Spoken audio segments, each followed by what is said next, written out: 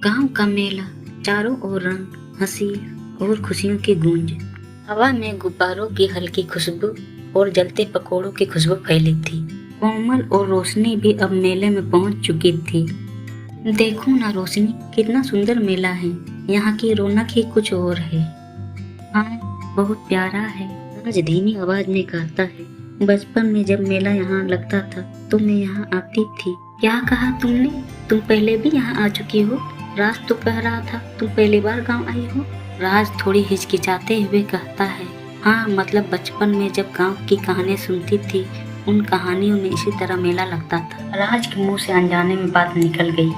कोमल ने हल्का सा शक किया, लेकिन राज ने इधर उधर की बातों से कोमल का ध्यान भटका दिया और दोनों झूले की तरफ धीरे धीरे बढ़ते हैं, जहाँ झूले की चरमराहट, लोगों के भीड़ की आवाजें होती हैं। कोमल कहती है, चलो पहले झूला झूलते हैं। रोशनी थोड़ा डरते हुए, ना नहीं, मुझे ऊंचाइयों से डर लगता है। कोमल हंसते हुए कहती है, चलो ना, मैं साथ हूँ ना, हम दोनों साथ बैठेंगे। दोनों झूले पर बैठ गए। झूला ऊपर नीचे झूलता रहा। राज को हवा में उड़ते बालों के साथ एक अजीब सी आजादी महसूस हो रही थी। राज धीरे से मुस्कुराते हुए कहता है, कोमल, कभी कभी लगता है हम जैसे बनना चाहते हैं वैसा नहीं बन पाते हैं। कोमल थोड़ी गंभीरता से कहती है, सही कहा, कभी हालत रोक लेते हैं, कभी लोग। राज के दिल में कुछ चुभ गया। वह सोचने लगा, काश मैं असली रूप में भी इतना आजाद महसूस कर पाता। कोमल राज का हाथ पकड़ते हुए कहती है, चलो कुछ चूड़ियां खरीद लेते हैं। रोशनी, तुम्हारे हाथ तो बिल्कुल लड़कों जैसा मजबूत है।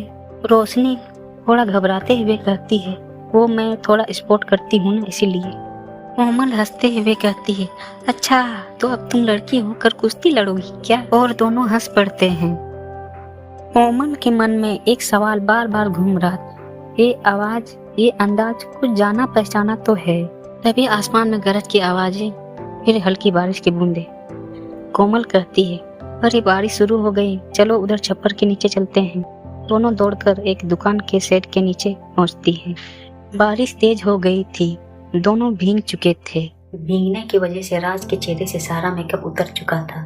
अब वह लड़की नहीं लग रहा था। उसके चेहरे पर हल्की दाढ़ी मूंछ के निशान भी दिख रहे होते हैं।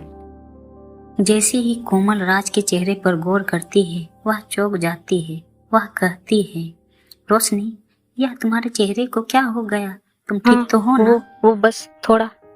राज का जोर जोर से दिल धड़क रहा था। उसे डर था कि उसकी सच्चाई सामने आ जाएगी। रोशनी, तुम्हारी आंखें कुछ जाना पहचाना लग रहा है। क्या हम पहले कभी मिले हैं? राज नर्वस होकर कहता है, नहीं, शायद नहीं। और ये क्या, दाढ़ी के हल्के निशान? राज का गला सूख गया। अब छिपाने को कुछ बचा ही नहीं था। राज धीरे से टूटी हुई आवाज में कहता है, कोमल, मैं राज हूँ। राज, तुम? माफ करना कोमल, मैं तुमसे झूठ नहीं बोलना चाहता था।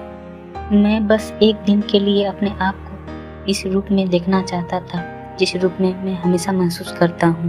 राज की आंखों में ग्लानि थी, लेकिन उस ग्लानि के पीछे एक सच्ची चाह थी, स्वयं को स्वीकार करने की चाह। राज, तुम जानते हो, तुम्हें देखकर मैं पहले गुस्सा होना चाहती थी, लेकिन जब तुम रोशनी के रूप में थे, तुम्हारी आंखों में जो खुशी थी ना, वो सच्ची थी। कोमल, मुझे लगा अगर मैं ये सब तुम्हें बताऊंगा तो तुम मुझसे नाराज हो जाओगी। राज, मैं नाराज नहीं हूँ, बस थोड़ा हैरान हूँ। पर सच कहूँ, आज मैंने पहली बार तुम्हें सच में खुश देखा।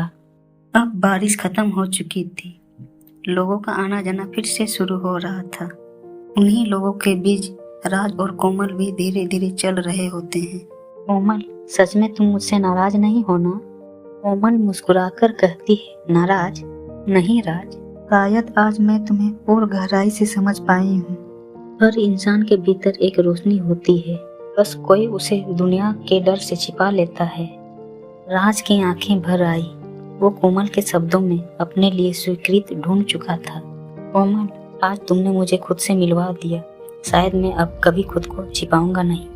इसके बाद राज कोमल के गले लग जाता है और राज और कोमल मेले में फिर से एंजॉय करते हैं। वह दोनों आइसक्रीम खाते हैं, पानी पूरी खाते हैं और अपने अपनी पसंद की चूड़ियां भी खरीदते हैं।